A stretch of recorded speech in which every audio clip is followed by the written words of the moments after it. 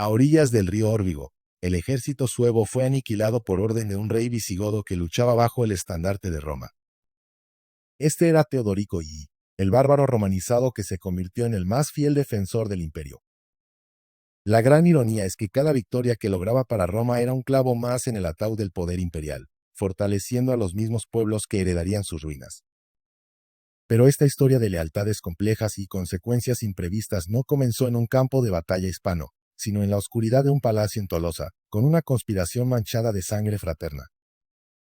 El trono sobre el que Teodorico se sentaba todavía estaba caliente por el cuerpo de su hermano, Turismundo, el héroe de los campos cataláunicos, ejecutado no por un enemigo extranjero, sino por sus propios hermanos, con Teodorico como cerebro y principal beneficiario. La corona de Rex Gotorum le pesaba, no solo por su oro, sino por el precio de su adquisición. Turismundo había sido un godo de la vieja escuela, impulsivo, orgulloso y antiromano. Teodorico, en cambio, era un producto de una nueva era, un hombre cuya juventud había sido moldeada por tutores romanos, que le enseñaron a leer a Virgilio y a pensar como un estratega patricio. Comprendía que el futuro de su pueblo no residía en el enfrentamiento directo con la moribunda águila romana, sino en una simbiosis parasitaria, en convertirse en el músculo que el cerebro imperial ya no poseía. Su política exterior, por tanto, sería prorromana, una decisión pragmática que muchos de sus nobles, con las manos aún callosas por las espadas que habían chocado contra las de Atila, veían con recelo y desprecio. Lo consideraban débil, un godo que prefería la toga al cuero, la diplomacia a la guerra. No entendían que Teodorico veía un tablero de juego mucho más grande, uno donde el reino visigodo de Tolosa podía pasar de ser un simple federado a convertirse en el árbitro del destino de Occidente. La oportunidad para demostrar el valor de su visión no tardó en llegar. En el año 454 después de Cristo, un mensajero llegó a Tolosa, cubierto de polvo y pánico. Traía un sello imperial de Rávena, del propio emperador Valentiniano y Hispania, una provincia teóricamente bajo control romano, ardía. Una nueva revuelta bagauda, la eterna pesadilla de los terratenientes hispanoromanos, había estallado en la Tarraconense. Los bagaudas, una mezcla desesperada de campesinos desposeídos, esclavos huidos y desertores del ejército, habían formado bandas que desafiaban abiertamente la autoridad imperial. Eran una guerrilla sin un mando centralizado, pero su número y su furia los hacían peligrosos. Valentiniano I, un emperador que gobernaba desde la sombra de su madre y sus generales, se encontró con las arcas vacías y los cuarteles desiertos. No tenía legiones que enviar. El imperio, en su corazón administrativo, era un gigante hueco. Su única opción era recurrir a sus aliados visigodos, invocar el foedus, el tratado que los unía, y solicitar que los godos hicieran por Roma lo que Roma ya no podía hacer por sí misma.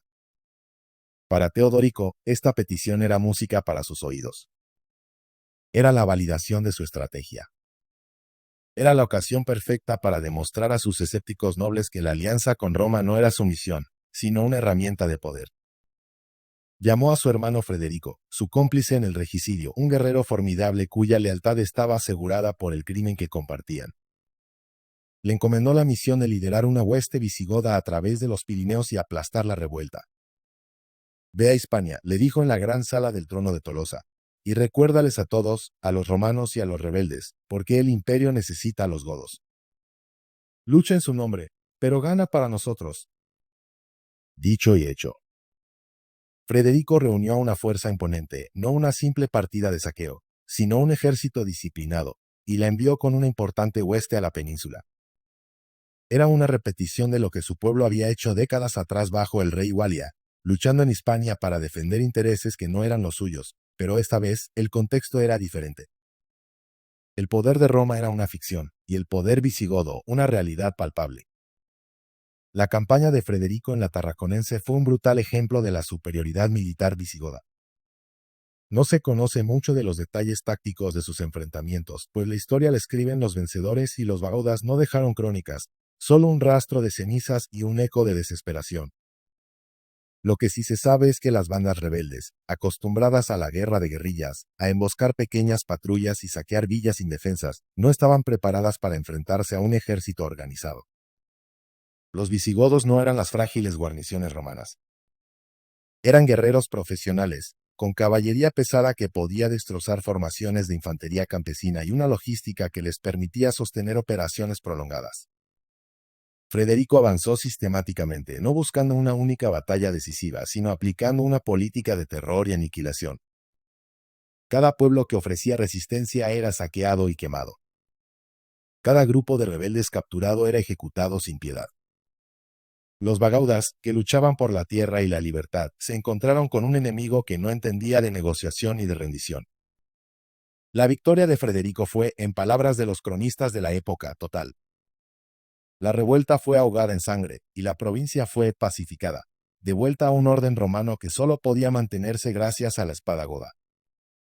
Mientras Teodorico celebraba en Tolosa el éxito de su política, recibiendo los agradecimientos formales del emperador, un nuevo y más oscuro drama se desarrollaba en el corazón del imperio.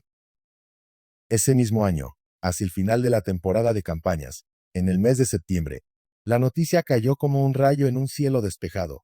Flavio Aecio, el último de los romanos, el vencedor de Atila, el pilar militar que sostenía Occidente, había sido asesinado.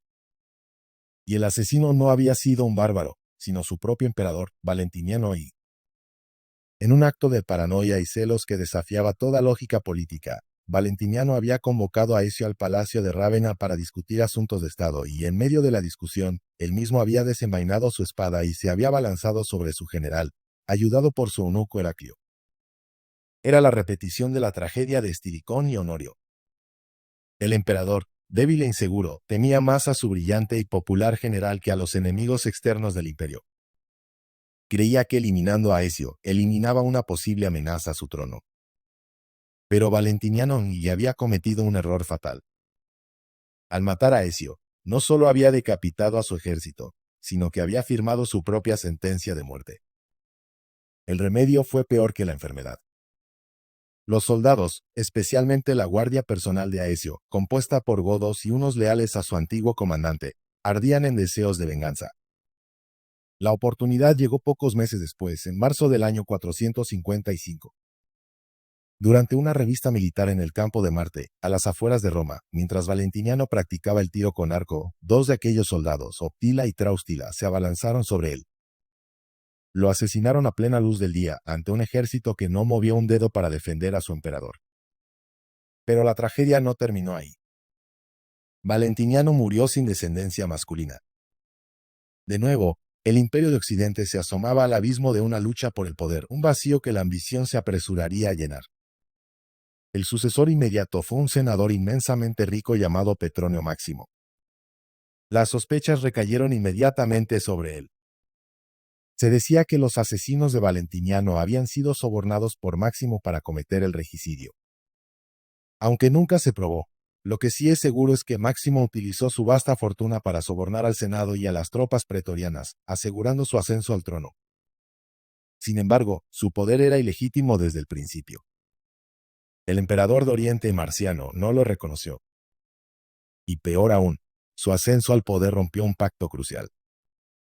La hija de Valentiniano, Eudocia, había sido prometida en matrimonio al hijo de Genserico, el temible rey de los vándalos. Máximo, en un intento de legitimar su dinastía, forzó a Eudocia a casarse con su propio hijo. Esta afrenta fue la excusa que Genserico estaba esperando.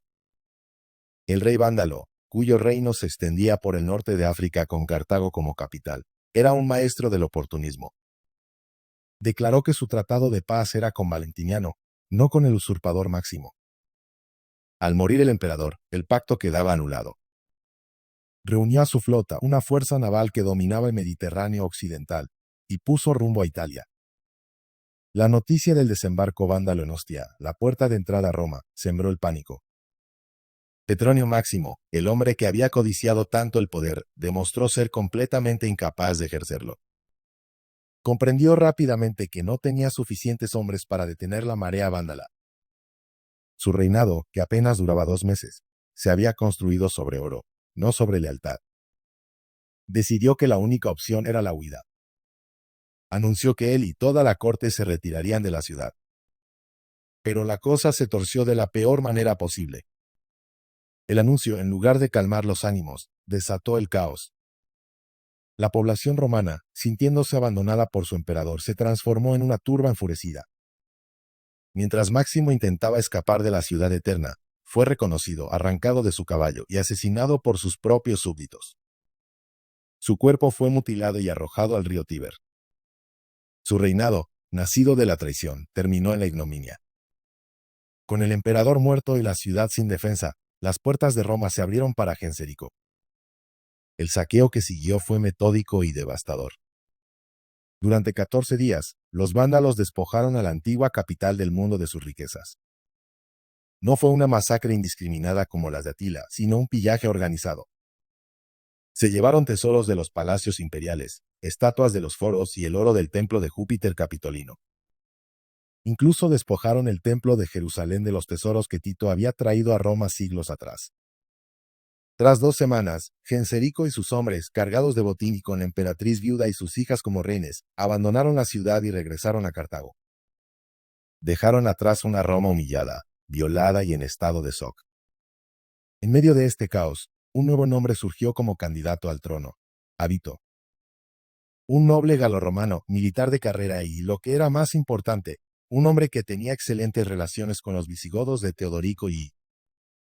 De hecho, Avito era amigo personal del rey. Su candidatura fue impulsada por la aristocracia gala y, de manera decisiva, por el propio Teodorico. El rey visigodo vio una oportunidad de oro. Apoyó al nuevo emperador con todo su poder militar y político. En un hecho sin precedentes que demostraba el cambio tectónico en el poder, Avito fue proclamado emperador no en Roma o Rávena, sino en Tolosa, la capital de los dominios visigodos. Por fin, el pueblo visigodo, a través de su rey, había logrado que alguien muy proclive a sus intereses, un hombre de su confianza, ocupase el verdadero trono del imperio. Para Teodorico era la culminación de su estrategia prorromana. Ya no era un simple aliado, era un hacedor de reyes.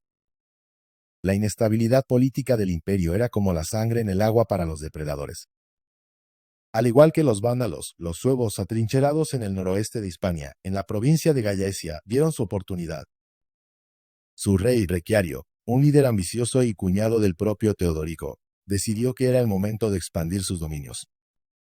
En el año 456, mientras Avito intentaba consolidar su precario poder en Italia, Requiario invadió la Tarraconense, una provincia que, a pesar de la revuelta bagauda, siempre se había mantenido leal al imperio. Saqueó la región sin piedad, actuando como si el poder de Roma ya no existiera. Avito, al igual que Valentiniano antes que él, se vio incapaz de enviar un ejército a Hispania. Estaba demasiado ocupado tratando con la hostilidad del Senado italiano y la amenaza constante de los vándalos. Así que, una vez más, la llamada de auxilio se dirigió a Tolosa. Solicitó a Teodorico y que, en nombre de su alianza y del nuevo orden que habían establecido, derrotase a los suevos y restaurase la autoridad imperial en la provincia. Teodorico, aunque furioso por la traición de su cuñado, actuó con la calculada paciencia de un estratega. Comenzó a reunir a sus huestes, una fuerza masiva de guerreros godos, pero mientras tanto, intentó agotar la vía diplomática. Envió embajadores a la corte de Requiario, recordándole sus lazos familiares y los tratados existentes. Le exigió que se retirara de la Tarraconense y devolviera lo saqueado. Pero sus esfuerzos fueron inútiles. Requiario, envalentonado por sus éxitos iniciales y despreciando la diplomacia, respondió con arrogancia. Según el cronista Idacio, Requiario llegó a retar a Teodorico a combatir, un desafío directo que el rey visigodo no podía ignorar. La suerte estaba echada. El enfrentamiento era inevitable. Los visigodos, un ejército formidable, cruzaron los Pirineos en masa. En octubre del año 456, cerca de la ciudad de Astorga, a orillas del río Órbigo, los dos ejércitos se encontraron. La batalla que siguió fue una catástrofe para los suevos. La caballería pesada visigoda, el núcleo del ejército de Teodorico, arrolló las líneas de la infantería sueva. La victoria visigoda fue absoluta y aplastante. Muchos suevos perdieron la vida en el lance y otra buena parte fue hecha prisionera. Requiario, sin embargo, logró escapar del desastre. Junto a un pequeño grupo de fieles, huyó hacia el interior de Gallaecia, el corazón de su reino, esperando reorganizar la resistencia. Pero Teodorico no le dio tregua. Aprovechó la demoledora victoria para lanzar una campaña de conquista. Su ejército avanzó imparable, tomando y saqueando Braga, la capital del reino suevo. La persecución de Requiario fue implacable. El rey suevo, desesperado, siguió huyendo hacia el sur, buscando la costa para intentar embarcar en Oporto y escapar por mar. Pero su suerte se había agotado. Mientras se preparaba para la huida, fue reconocido, apresado y entregado a Teodorico. El enfrentamiento final entre los dos cuñados no fue en un campo de batalla, sino en una tienda de campaña, con Requiario como prisionero encadenado. No hubo piedad. Teodorico ordenó su ejecución. El rey que había desafiado el poder godo y romano fue decapitado, y su muerte dejó al reino suevo descabezado y a merced del vencedor. En este punto, Teodorico podría haberse apoderado del reino suevo y haberlo anexionado a sus dominios. Era lo que cualquier conquistador habría hecho. Pero Teodorico era un político, no solo un guerrero. Destruir el reino suevo por completo podría crear un vacío de poder en Gallaecia que otros podrían llenar, o peor, una resistencia endémica que lo obligaría a mantener un gran ejército en la región de forma permanente. Optó por una solución más sutil, una solución puramente romana. Decidió poner a un rey títere, un gobernador que mantendría el orden en nombre de los intereses visigodos. Su elección recayó en un hombre llamado Agiulfo, un guerrero de origen guarno, no godo, que había servido en sus filas. Teodorico creía que, al no ser godo, Agiulfo no tendría una base de poder propia y su lealtad estaría garantizada. Fue un grave error de cálculo. Parte de la nobleza sueva, humillada pero no destruida, no aceptó al nuevo rey impuesto y se declaró en rebeldía. Las campañas militares visigodas prosiguieron para someter a estos focos de resistencia. Para facilitar el reinado de su protegido, Teodorico se dirigió al sur y tomó la importante ciudad de emérita Augusta Mérida. Pero su plan se desmoronó en cuestión de meses. Agiulfo, una vez instalado en el poder, se embriagó de él. Se volvió contra sus benefactores visigodos y comenzó a gobernar de forma independiente y tiránica, masacrando a sus oponentes y actuando como un monarca absoluto. Mientras Teodorico se preparaba para tomar cartas en el asunto y castigar la insurrección de su antiguo protegido, noticias alarmantes llegaron desde Italia. Su aliado, el emperador Avito, había sido depuesto. La aristocracia senatorial de Roma, liderada por un general de origen bárbaro llamado Ricimero, nunca había aceptado a un emperador galo impuesto por los godos. Aprovechando una ausencia de Avito de Italia, Ricimero se rebeló. Derrotó a las fuerzas leales al emperador y lo obligó a abdicar. Avito fue consagrado como obispo de Plasencia, un intento de apartarlo de la política, pero fue asesinado poco después mientras intentaba huir a la Galia.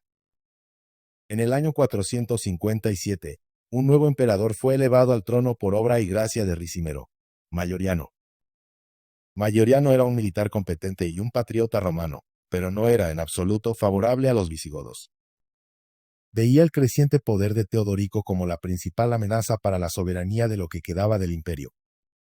La noticia de la caída de Avito y el ascenso de Mayoriano fue un duro golpe para Teodorico. Su gran proyecto de un imperio controlado por la influencia visigoda se había venido abajo.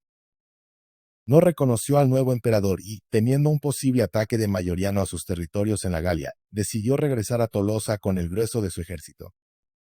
Sin embargo, no estaba dispuesto a dejar el asunto de Hispania sin resolver. Dejó una fuerza considerable en la península con una única orden: encontrar, derrotar y ejecutar al traidor Agiulfo. La guerra en Hispania continuó.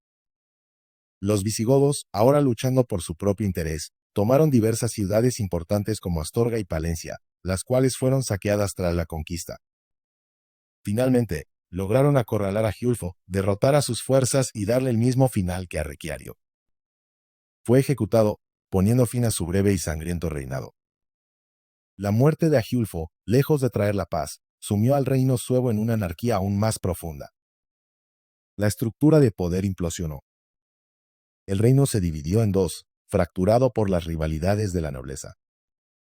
En el norte, los suevos eligieron a un rey llamado Frantano. En el sur, otra facción coronó a Maldras. El reino suevo se desangraba en una guerra civil. El reinado de Frantano fue efímero. Su apoyo era escaso y fue asesinado a mediados del 458, habiendo gobernado menos de un año. Tras su muerte, parte de sus seguidores eligieron a otro líder, Remismundo, que comenzó a actuar por su cuenta, saqueando los territorios que no le eran leales. Mientras tanto, Maldras, el rey del sur, no se contentó con su parte. Lanzó una brutal campaña de saqueo por la Lusitania y, en un acto de venganza fratricida, atacó y saqueó también el territorio del antiguo reino suevo del norte por no haberlo apoyado. Su paranoia lo llevó a asesinar a sus propios familiares, temiendo que usurpasen su trono. Era el caos absoluto. Los visigodos observaban este espectáculo de autodestrucción con fría satisfacción. Con los suevos destrozándose entre ellos y el emperador Mayoriano consolidando su poder en Italia, Teodorico decidió que ya no temía un ataque romano inminente a sus territorios en la Galia. El imperio, a pesar de tener un líder competente, seguía estando demasiado debilitado. Esto le dio a Teodorico la libertad para reanudar su propia agenda expansionista en Hispania. Lanzó otra campaña, esta vez dirigida a la Bética en el sur. Su ejército tomó la estratégica ciudad de Hispal y Sevilla. La intención era clara: arrinconar a los suevos definitivamente en sus bastiones de Gallaecia y Lusitania, eliminando cualquier resquicio de su presencia en el próspero sur de la península. Pero entonces, la política imperial volvió a cambiar. Mayoriano, tras afianzar su control en Italia, demostró ser un líder mucho más enérgico de lo que Teodorico había anticipado. Planeaba una gran campaña para reunificar el imperio, y su primer objetivo era recuperar el norte de África de los vándalos de Genserico, la herida abierta que desangraba económicamente a Roma.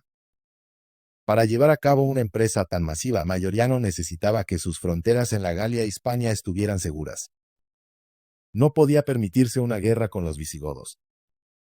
Así, en el año 459, se produjo un acercamiento sorprendente. Teodorico allí, reconociendo la fuerza y determinación de Mayoriano, decidió reconocer su legitimidad como emperador. A cambio, Mayoriano reconoció las conquistas visigodas. Ambos sellaron un nuevo pacto. La primera prueba de esta renovada alianza fue un ejército conjunto enviado al territorio lusitano para seguir debilitando a los suevos. Las fuerzas romano-visigodas tomaron la ciudad de Santarém. La estrategia era la misma que antes: seguir empujando a los suevos hacia una esquina de la península, contenerlos para evitar sus constantes saqueos y pillajes en territorio romano. De alguna forma, entre las presiones militares y las negociaciones, los suevos, romanos y visigodos alcanzaron un débil y precario acuerdo de paz. Este acuerdo temporal le dio a Mayoriano la tranquilidad que necesitaba en su retaguardia. Reunió una flota inmensa, de más de 300 barcos, en la costa de la Tarraconense, cerca de la actual Cartagena, y se preparó para la invasión de África. Era la mayor operación militar que el Imperio de Occidente había organizado en décadas. El destino del imperio pendía de un hilo. La invasión, sin embargo, salió fatal. Genserico, el astuto rey vándalo, no solo era un guerrero, sino también un maestro del espionaje y la estrategia naval. Informado de los preparativos de Mayoriano, no esperó el ataque. En un audaz golpe de mano, los vándalos atacaron la flota romana por sorpresa mientras todavía estaba anclada en el puerto de Cartagena. Mediante el uso de barcos incendiarios y la traición de algunos godos pagados, la armada de Genserico se alzó con una victoria total. La flota de invasión romana fue destruida antes de zarpar. Para Mayoriano, la derrota fue una humillación catastrófica. El problema no era ser derrotado como tal, pues cualquier general puede serlo. Su problema era ser derrotado de forma tan humillante y justo en ese momento crítico de la historia, con la increíble inestabilidad política que seguía imperando en Italia y el poder en la sombra de Ricimero esperando cualquier signo de debilidad. Desacreditado y sin su ejército, Mayoriano regresó a Italia. A su llegada, Ricimero, el hombre que lo había puesto en el poder, lo depuso y lo ejecutó. El último gran emperador de Occidente había caído, y con él, la última esperanza de una restauración imperial. Fue sucedido por un emperador títere de Ricimero, Livio Severo, a quien nadie, ni el emperador de Oriente ni Teodorico, reconoció. El imperio volvía a estar a la deriva. Mientras tanto, el sangriento carrusel de los suevos seguía girando. En el año 460, el rey Maldras fue asesinado por su propio pueblo, harto de su tiranía. Fue sucedido por Frumar, quien inmediatamente entró en conflicto con Remismundo por el control total del pueblo suevo. La guerra civil continuó. Para Teodorico, la muerte de Mayoriano y el caos resultante en Italia fueron una bendición. Sin un poder imperial fuerte que lo contuviera, su posición era más fuerte que nunca. 2 años después, en el 462, Ricimero, necesitado de aliados, le hizo una concesión de incalculable valor. Cedió a los visigodos la ciudad de Narbona y sus alrededores. Con esta adquisición, el reino visigodo conseguía por fin un acceso directo y estratégico al mar Mediterráneo, abriendo nuevas rutas comerciales y consolidando su control sobre el sur de la Galia. El poder de Teodorico estaba en su cenit. Con Roma neutralizada por sus propias luchas internas y los suevos debilitados y divididos, el rey visigodo era el verdadero amo de la Galia e Hispania. Decidió que era hora de poner fin, de una vez por todas, al problema suevo, pero esta vez, con una solución duradera. En lugar de la fuerza bruta, utilizaría la diplomacia y el apoyo selectivo. De los dos reyes suevos en Lisa, Frumar y Remismundo, decidió apoyar a este último. Remismundo parecía ser el más pragmático y, lo más importante, se mostró dispuesto a someterse a la influencia visigoda. En el año 464, Teodorico Odí tomó una decisión decisiva: apoyar a Remismundo en su ambición de gobernar sobre todos los suevos. Envió un ejército visigodo a Hispania, no para conquistar, sino para luchar junto a las fuerzas leales a Remismundo. Juntos, derrotaron a Frumar, unificando de nuevo los dos reinos suevos en uno solo bajo un único rey. Para sellar la alianza, Teodorico le dio a Remismundo una esposa visigoda y le envió regalos y armas. A diferencia del desastroso experimento con Agiulfo, esta vez la relación parecía sólida. Remismundo se llevaba, según las crónicas, genial con Teodorico. Aceptó la supremacía visigoda y se convirtió en un rey cliente leal. La paz, una paz impuesta por los godos, parecía por fin haber llegado a la atormentada Hispania. Teodorico había triunfado en todos los frentes. Había expandido su reino, había pacificado a su vecino más problemático y se había convertido en la potencia indiscutible de la región, todo ello mientras el Imperio Romano se desintegraba. Podía mirar hacia el futuro con la confianza de un monarca que ha superado todas las pruebas. Pero no podría disfrutar de esta nueva paz. La amenaza más peligrosa no venía de Roma ni de Gallaecia. Anidaba en su propia corte, en su propia familia, en la mirada silenciosa y ambiciosa de su hermano menor, Eurico. Eurico era un godo de la vieja estirpe, como el hermano al que habían asesinado, Turismundo. Despreciaba la política preromana de Teodorico, sus modales refinados y su dependencia de la diplomacia. Veía la alianza con un imperio cadáver como una debilidad, una correa que impedía al pueblo godo alcanzar su verdadero destino: la independencia total y la conquista abierta. Mientras Teodorico construía alianzas, Eurico afilaba su espada. En el año 465 después de Cristo, la tragedia familiar que había iniciado el reinado de Teodorico volvió para cerrarlo. En la quietud de su palacio en Tolosa, Teodorico I, el estratega, el diplomático, el hacedor de reyes, fue asesinado. El asesino fue su propio hermano, Eurico, quien, con el apoyo de una facción de nobles antigodos y hambrientos de guerra, se aseguró de que no hubiera errores. Eurico ascendió al trono, y con él, una nueva y brutal era amaneció para el reino visigodo. La política de cooperación con Roma murió con Teodorico. Eurico rompió todos los lazos con el imperio. Inició una agresiva campaña de expansión, conquistando territorios en Hispania y la Galia que Teodorico nunca se había atrevido a tomar. Bajo su reinado, el reino visigodo alcanzaría su independencia formal y su máxima extensión. Con la muerte de Teodorico, el último pilar que sostenía la ficción de la supremacía romana en la región se había derrumbado. El año era el 465 después de Cristo. Faltaban apenas 11 años para que el último emperador romano de Occidente, un niño irónicamente llamado Rómulo Augustulo, fuera depuesto por otro jefe bárbaro.